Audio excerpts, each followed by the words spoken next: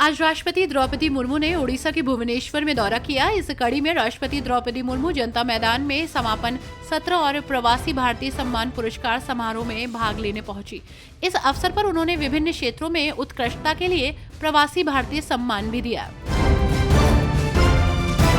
राजस्थान के पूर्व मुख्यमंत्री और कांग्रेस नेता अशोक गहलोत ने कहा कि भाजपा ने 1 साल बर्बाद कर दिया। वे कहते थे कि रिफाइनरी का काम 31 दिसंबर 2024 तक पूरा हो जाएगा, लेकिन अब वे कह रहे हैं कि इसमें 1-2 महीने और लगेंगे। उन्हें देश में जहां भी पेट्रोकेमिकल है वहां टीमें भेजनी चाहिए, जानकारी लेकर तैयारी करनी चाहिए कि हमारे लोगों को रोजगार कैसे मिलेगा। केंद्रीय मंत्री चिराग पासवान ने इंडिया ब्लॉक के अस्तित्व को लेकर विपक्ष पर कटाक्ष किया। तेजस्वी यादव ने इंडिया गठबंधन पर दिए गए बयान पर केंद्रीय मंत्री चिराग पासवान ने कहा, आज उनके घटक दलों ने इंडिया गठबंधन को खत्म कर दिया है। आज उनके कई घटक दलों ने गठबंधन खत्म करने की घोषणा कर दी है। एक बात तो तय है कि विपक्ष बटा हुआ है। देश की जनता कांग्रेस के नेतृत्व को पहले ही खारिज कर चुकी है। यहाँ तक कि उनके घटक दल भी कांग्रेस के नेतृत्व को स्वीकार करने के लिए तैयार नहीं है। भाजपा सांसद योगेंद्र चंदोलिया ने खुलासा किया है कि केंद्रीय गृह मंत्री अमित शाह सहित भाजपा कोर ग्रुप दिल्ली की सभी विधानसभा सीटों के लिए नामांकन पर चर्चा कर रहा है। जेपी नड्डा के नेतृत्व में पार्टी का राष्ट्रीय नेतृत्व 41 सीटों पर राय ले रहा है और हर सीट पर विस्तार से चर्चा कर रहा है। चंदौलिया ने भरोसा जताया कि बीजेपी दिल्ली में सरकार बनाएगी। उन्होंने ये भी संकेत दिया कि पार्टी के उम्मीदवारों की सूची आज या कल घोषित की जा सकती है। ये इस बात पर निर्भर करेगा कि संसदीय बोर्ड की बैठक कब होगी।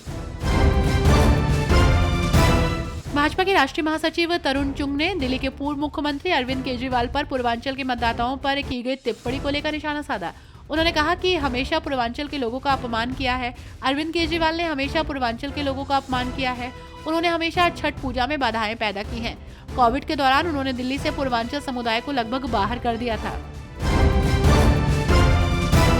इंडिया ब्लॉक में दरार की अफवाहों के बीच राजद के राष्ट्रीय प्रवक्ता मनोज कुमार झा ने दावा किया कि ये एक विचार था और ये विचार कभी खत्म नहीं होगा। इंडिया गठबंधन राष्ट्रीय स्तर पर एक विकल्प प्रदान करने के लिए था। राज्यों में स्थितियां बिल्कुल अलग है। तेजस्वी यादव ने भी यही कहा था। यही भारत गठबंधन का मूल मंत्र है। भारत गठबंधन एक विचार था और ये विचार कभी खत्म नहीं होगा।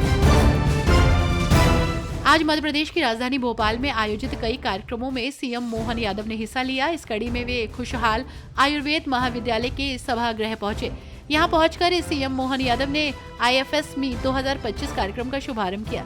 साथ ही वहां मौजूद लोगों को भी संबोधित किया। दिल्ली विधानसभा चुनाव को लेकर तैयारियां तेज हो गई हैं। इस बीच भारतीय जनता पार्टी ने दिल्ली में पूर्व मुख्यमंत्री अरविंद केजरीवाल के खिलाफ पूर्वांचली सम्मान मार्च आयोजित किया। ये भाजपा नेताओं के उन आरोपों के बीच आया जिसमें केजरीवाल पर पूर्वांचल समुदाय के हितों की उपेक्षा करने का आरोप लगाया गया है। दिल्ली पुलिस ने आप के राष्ट्रीय संयोजक अरविंद केजरीवाल के आवास के बाहर विरोध मार्च निकाल रहे भाजपा कार्यकर्ताओं और समर्थकों को हिरासत में लिया।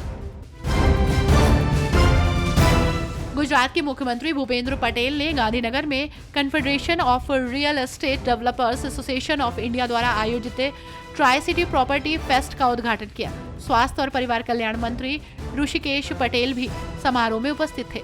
इस कार्यक्रम में एक ही छत के नीचे 65 शीर्ष डेवलपर्स द्वारा 120 प्लस से अधिक परियोजनाओं को प्रदर्शित किया गया, जो संभावित घर खरीदारों और निवेशकों के लिए अद्वितीय विकल्प प्रदान करता है। शिवसेना सांसद संजय राउत ने इंडिया ब्लॉक की संवाद की कमी को लेकर कांग्रेस को चेतावनी दी। उन्होंने कहा कि अगर ये केवल लोकसभा चुनाव के लिए है तो कांग्रेस को ये कहना चाहिए, लेकिन उन्हें ऐसी कोई भी बात कहने से पहले सोचना चाहिए। संजय राउत ने कहा कि हमने लोकसभा चुनाव साथ मिलकर लड़ा और नतीजे भी अच्छे रहे। इसके बाद ये हम सभी की, विशेषकर कांग्रेस की जिम्मेदारी थी कि हम भारत गठबंधन को जीवित रखें, साथ ही बैठे और आगे का रास्ता दिखाएं। लेकिन लोकसभा चुनाव के बाद अब तक ऐसी एक भी बैठक नहीं हुई है।